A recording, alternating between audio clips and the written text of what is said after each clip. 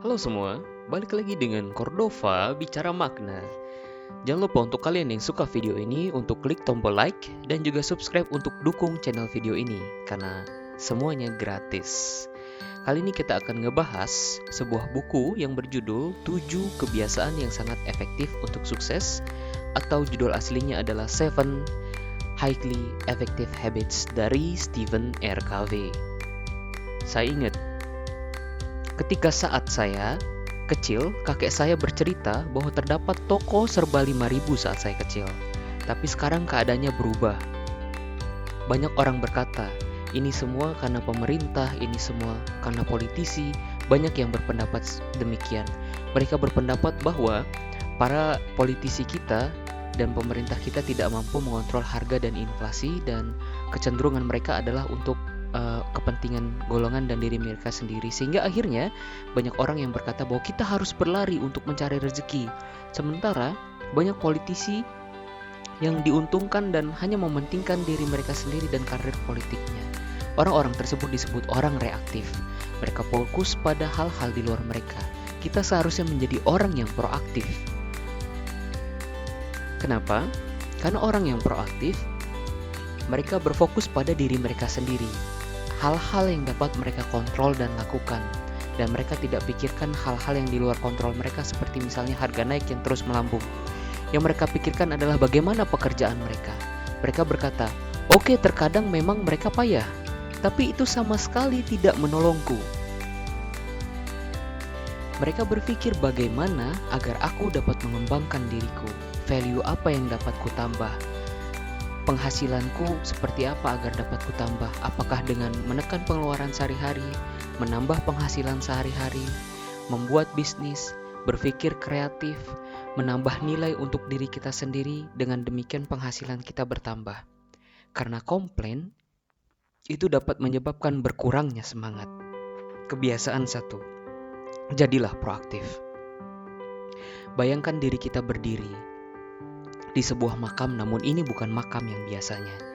Ini adalah makam diri kita sendiri saat kita meninggal nanti, dan kita berdiri persis berada di depan dan di hadapannya. Kira-kira seperti apa yang akan kita katakan pada diri kita sendiri saat kita sudah meninggal nanti? Seperti apa kita menjalani hidup-hidup kita? Apakah kita sudah menjalani hidup kita dengan sesuai yang keinginan kita? Kira-kira apa yang akan kita katakan pada diri kita saat kita tiada? Apakah kita hanya akan menghabiskan waktu dengan percuma, membuang waktu-waktu hidup yang kita miliki dengan melakukan hal-hal yang tidak terlalu penting dan relevan dengan tujuan hidup kita, teralihkan dengan game, dengan menonton TV yang tiada habisnya? Atau kita berfokus pada tujuan hidup kita sendiri? Apa yang pantas dan sanggup saya katakan itu harus sesuai dengan apa yang sudah kita lakukan selama kita hidup di dunia ini. Coba pikirkan hal-hal apa saja yang menjadi keinginan kita selama kita hidup. Progres apa yang kita inginkan dalam hidup kita. Kebiasaan 2, pikirkan dari awal sampai akhir. Anda sedang duduk dan sedang memikirkan akan seperti apa hidup Anda. Apakah Anda ingin menjalani hidup Anda untuk menjadi seorang yang sukses dan bahagia, untuk menjadi seorang yang dekat dengan keluarga, yang dekat dengan istri, yang sukses dengan pekerjaan kita, dan bahagia dalam menjalani kehidupan kita sehari-hari? Apakah keinginan kita tersebut sudah sesuai dengan yang kita lakukan? Atau kita teralihkan dengan game, membaca komik, menonton TV tidak sudah-sudah, atau justru malah kita sering bertengkar dengan istri kita? Hal ini tidak relevan. Maka hari ini kitalah yang menentukan akan seperti apa hidup kita. Kitalah yang memilih. Karena kemarin adalah history, esok adalah misteri, hari ini adalah hadiah karena dia disebut present day. Kebiasaan 3, utamakan hal yang utama. Anda adalah seorang penulis, author, dan juga influencer.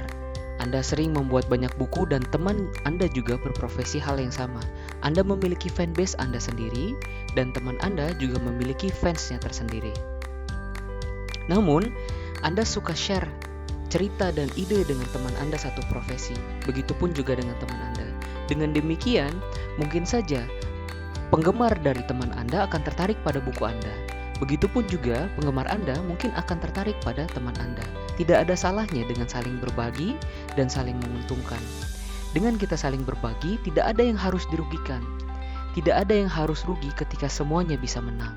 Ketika semuanya bisa bermanfaat dan saling bahagia. Kebiasaan keempat, berpikirlah win-win. Saya bekerja sangat keras, begitupun mungkin juga dengan Anda bekerja sangat keras. Seperti saya membuat video ini, banyak orang berkata, saya kerja sangat keras. Kemudian kita menghabiskan banyak waktu, tenaga untuk melakukan hal tersebut. Namun tidak ada yang peduli. Sama sekali tidak ada yang peduli dan memikirkan hal tersebut. Maka hal-hal yang harus kita lakukan adalah hal-hal yang kita cintai. Dan apakah ini bermanfaat bagi kita? Kemudian value apa, nilai apa, manfaat apa yang ada atau bisa didapatkan oleh orang lain. Seperti misalnya pembawa acara, dia melakukan pekerjaannya karena dia suka. Dan karena dia baik dan menyukai pekerjaannya, banyak juga yang menyukainya. Kebiasaan 5, belajarlah cara memahami kemudian memahami. Ada anak kecil yang ingin mengambil buku jauh di atasnya, namun dia bekerja sama dengan anak kecil lainnya. Dengan bekerja sama, kita dapat memungkinkan meraih hal-hal yang kelihatannya tidak mungkin. Bekerja sama memungkinkan hal yang terlihat tak mungkin menjadi mungkin. Jangan seperti kepiting di dalam ember yang saling menjatuhkan dan saling menarik, sehingga akhirnya tidak ada yang berhasil sukses dan keluar. Tentu hal tersebut sangat disayangkan, karena tidak ada kemenangan sejati dari saling menjatuhkan. Kebiasaan keenam, bersinergi. Ada sebuah om-om yang dia ingin menggergaji sebuah pohon. Namun pohon tersebut tidak mau tumbang karena si penggergaji ini tidak mengasah gergajinya. Kemudian ada pemuda berkata, gergajinya diasah om. Terus kemudian om ini berkata, waduh ribet, gak ada waktu, repot. Padahal dengan menggergaji, mengasah gergaji kita dapat mempertajam dan mempercepat kerja kita. Begitu juga ketika kita ingin sehat.